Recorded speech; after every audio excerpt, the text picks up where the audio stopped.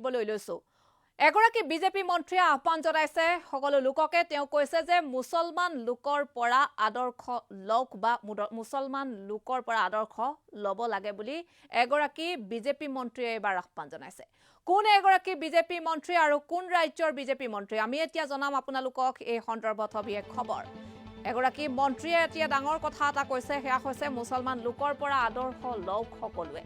এনেকৈ কৈছে তাৰ পাছতে তেওঁ হিন্দু সকলক মুছলমানৰ পৰা আদৰ্শ লবলৈ আহ্বান জনাইছে মধ্যপ্ৰদেশৰ এইগৰাকী মন্ত্ৰী বিজেপি মন্ত্ৰী উষা ঠাকুৰে এই আহ্বান জনাইছে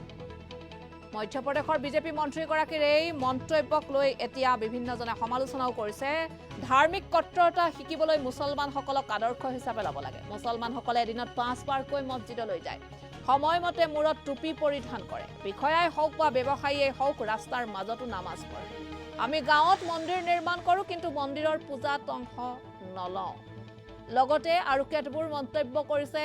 মন্ত্ৰী উষা ঠাকুৰে আৰু উষা ঠাকুৰৰ এই মন্তব্যক লৈ এতিয়া সমগ্ৰ দেশত তোলপাৰ লাগিছে আমি গাঁৱত মন্দিৰ নিৰ্মাণ কৰো কিন্তু মন্দিৰৰ পূজাত আমি অংশ নলওঁ মন্দিৰৰ চৌহদত আড্ডা দি আমি সময় পাৰ কৰো খণ্ডবাৰ এক অনুষ্ঠানতে মন্তব্য কৰিছে মন্ত্ৰী উষা ঠাকুৰে উষা ঠাকুৰে হিন্দু পৰিয়ালৰ এজন হলেও সদস্য এবাৰ হলেও মন্দিৰলৈ যাবলৈ তেওঁ আহ্বান জনাইছে ভগৱানক ভোগ অৰ্পণ কৰি পূজা পাতল কৰাৰ আহ্বান জনাইছে উষা ঠাকুৰে ঈশান নিউজৰ প্ৰতিগৰাকী দৰ্শকৰ জ্ঞাতাৰ্থে আমি এই মুহূৰ্তৰ এটা অতি গুৰুত্বপূৰ্ণ খবৰ দিবলৈ লৈছো মন্ত্ৰী উষা ঠাকুৰে কিয় এনেধৰণে ক'বলৈ তেওঁ এনেধৰণে ভাষণ প্ৰসংগত তেওঁ কিয় এনেধৰণে ক'লে সেয়াও আমি আপোনালোকক সবিস্তাৰে জনাম বা জনাইছো তেওঁ কৈছে যে ভগৱানক আমি পূজা কৰিবলৈ একাংশ লোকে আমি কেতিয়াবা পাহৰি যাওঁ আমি মন্দিৰ নিৰ্মাণ কৰো কিন্তু মন্দিৰৰ পূজাত আমি অংশগ্ৰহণ নকৰো কিন্তু এই ক্ষেত্ৰত ধাৰ্মিক যিটো ধৰ্মৰ যিটো অধিকভাৱে দেখিবলৈ পোৱা যায় কট্টৰতা এই কট্টৰতাটো মুছলমানসকলৰ পৰা এই আদৰ্শটো ল'ব লাগে আদৰ্শ হিচাপে ল'ব লাগে ধাৰ্মিক কট্টৰতা শিকিবলৈ মুছলমানসকলক আদৰ্শ হিচাপে ল'ব লাগে বুলি তেওঁ মন্তব্য কৰিছে তেওঁ কৈছে যে সময়মতে মূৰত টুপি পৰিধান কৰে বিষয়াই হওক বা ব্যৱসায়ীয়ে হওক বা যিয়েই নহওক তেওঁলোকে ব্যস্ততাৰ মাজতো নামাজ পঢ়ে আমি গাঁৱত মন্দিৰ নিৰ্মাণ কৰো কিন্তু মন্দিৰৰ পূজাত অংশ নলওঁ গতিকে আমি নিজকে আমি ধাৰ্মিক ক্ষেত্ৰত অধিকভাৱে সজাগ হ'বৰ বাবে এই ধাৰ্মিক কট্টৰতা শিকিবলৈ মুছলমানসকলক আদৰ্শ হিচাপে ল'ব লাগে বুলি তেওঁ মন্তব্য কৰিছে খণ্ডবাৰ এক অনুষ্ঠানত তেওঁ এই মন্তব্য কৰিছে সততে দেখা যায় তেওঁ এটা কথা কৈছে যে দেখিবলৈ পোৱা যায় মন্দিৰৰ চৌহদত আড্ডা দি সময় পাৰ কৰে গাঁৱত মন্দিৰ নিৰ্মাণ কৰে কিন্তু মন্দিৰৰ পূজা বা অনুষ্ঠানত অংশগ্ৰহণ একাংশই বা বিভিন্নজনে নকৰে গতিকে এই সমূহক লৈ মধ্যপ্ৰদেশৰ বিজেপি মন্ত্ৰী উষা ঠাকুৰে এটা কথা কৈছে আৰু এই সন্দৰ্ভত তেওঁ কি কথা কৈছে আমি এই মুহূৰ্তত সেয়া শুনাব বিচাৰিম बच्चों में धार्मिक संस्कार दृढ़ता से कट्टरता से देना ये माता बहनों की और परिवारजनों की जिम्मेदारी और संस्कारों की कट्टरता सीखना हो तो मुसलमानों को अपना आदर्श बनाओ जो समय तय है उस पर टोपी धरेंगे उनका छोटा बच्चा हो बड़ा बच्चा हो व्यापारी हो अधिकारी हो दुनिया के सब काम छोड़ेंगे और जाके नमाज पढ़ेंगे और आप और हम गांव में मंदिर बनाने का तो हमको शौक है पर आरती में जाने का कोई शौक नहीं बच्चों में धार्मिक संस्कार दृढ़ता से कट्टरता से देना ये माता बहनों की और परिवारजनों की जिम्मेदारी और संस्कारों की कट्टरता सीखना हो तो मुसलमानों को अपना आदर्श बनाओ जो समय तय है उस पर टोपी धरेंगे उनका छोटा बच्चा हो बड़ा बच्चा हो व्यापारी हो अधिकारी हो दुनिया के सब काम छोड़ेंगे और जाके नमाज पढ़ेंगे और आप और हम गांव में मंदिर बनाने का तो हमको शौक है पर आरती में जाने का कोई शौक नहीं এয়া আছিল মন্ত্ৰী উষা ঠাকুৰৰ এটা মন্তব্য মধ্যপ্ৰদেশৰ মন্ত্ৰীগৰাকীৰ এই মন্তব্যক লৈ এতিয়া একাংশই কিন্তু সমালোচনাও কৰিছে একাংশই আকৌ তেওঁৰ এই মন্তব্যটোৰ বাবে তেওঁক ধন্যবাদ জ্ঞাপনো কৰিছে কাৰণ দেখিবলৈ পোৱা যায় বিভিন্ন সময়ত বিভিন্ন ধৰণৰ ঘটনা আমাৰ সমাজখনত সংঘটিত হয় আৰু কেতিয়াবা দেখিবলৈ পোৱা যায় এই ঘটনাসমূহে এক ভয়ংকৰভাৱে এটা প্ৰভাৱ পেলায় সমাজখনত আৰু যাৰ জৰিয়তে সমাজখনৰ বাতাবৰণ দূষিত হৈ পৰে আৰু এইসমূহ ঘটনা সংঘটিত হোৱাৰ অন্তৰালতো বহুতো কাৰণ থাকে আৰু গতিকে বিভিন্ন সময়ত বিভিন্ন ধৰণৰ মন্তব্য প্ৰদান কৰি আহে এই মন্ত্ৰীগৰাকীয়ে মন্ত্ৰী উষা ঠাকুৰে আৰু আজিৰ দিনটোত তেওঁ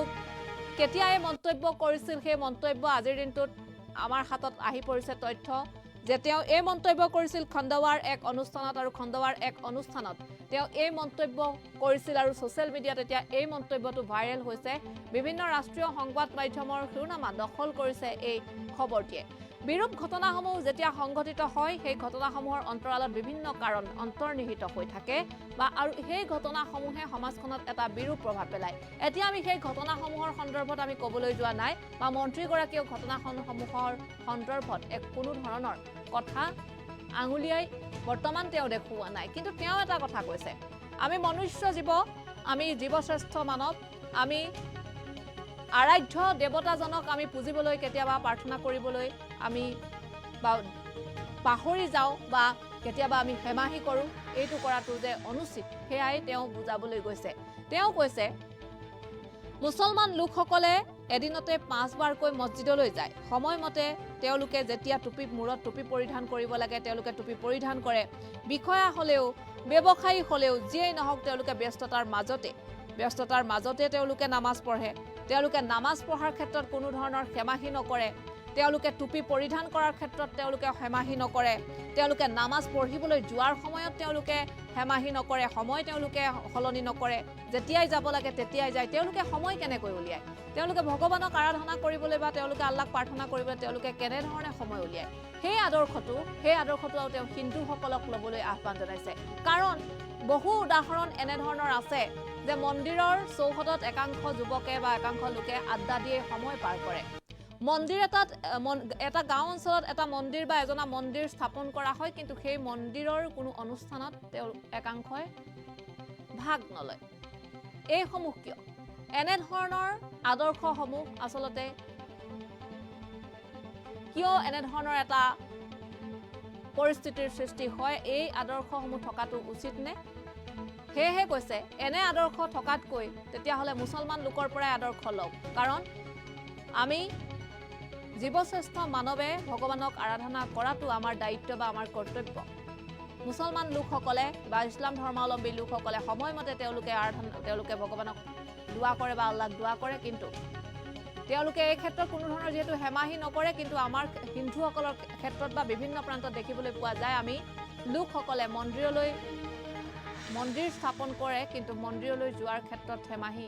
কৰা পৰিলক্ষিত হয় গতিকে এই কামসমূহ কৰাটো অনুচিত গতিকে এই যে ধাৰ্মিক কৰ্তৃত্বতা শিকিবলৈ মুছলমানসকলক আদৰ্শ হিচাপে ল'ব লাগে বুলি তেওঁ মন্তব্য আগবঢ়াইছে আমি তেওঁৰ মন্তব্য আকৌ শুনাম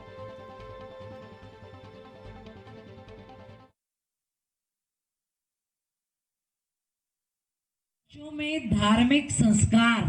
दृढ़ता से कट्टरता से देना ये माता बहनों की और परिवारजनों की जिम्मेदारी और संस्कारों की कट्टरता सीखना हो तो मुसलमानों को अपना आदर्श बनाओ जो समय तय है उस पर टोपी धरेंगे उनका छोटा बच्चा हो बड़ा बच्चा हो व्यापारी हो अधिकारी हो दुनिया के सब काम छोड़ेंगे और जाके नमाज पढ़ेंगे और आप और हम गांव में मंदिर बनाने का तो हमको शौक है पर आरती में जाने का कोई शौक नहीं बच्चों में धार्मिक संस्कार दृढ़ता से कट्टरता से देना ये माता बहनों की और परिवारजनों की जिम्मेदारी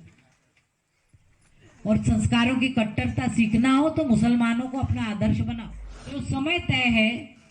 उस पर टोपी धरेंगे उनका छोटा बच्चा हो बड़ा बच्चा हो व्यापारी हो अधिकारी हो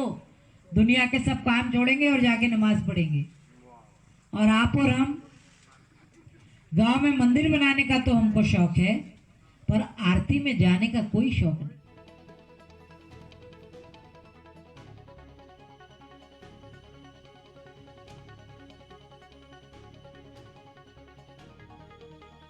में धार्मिक संस्कार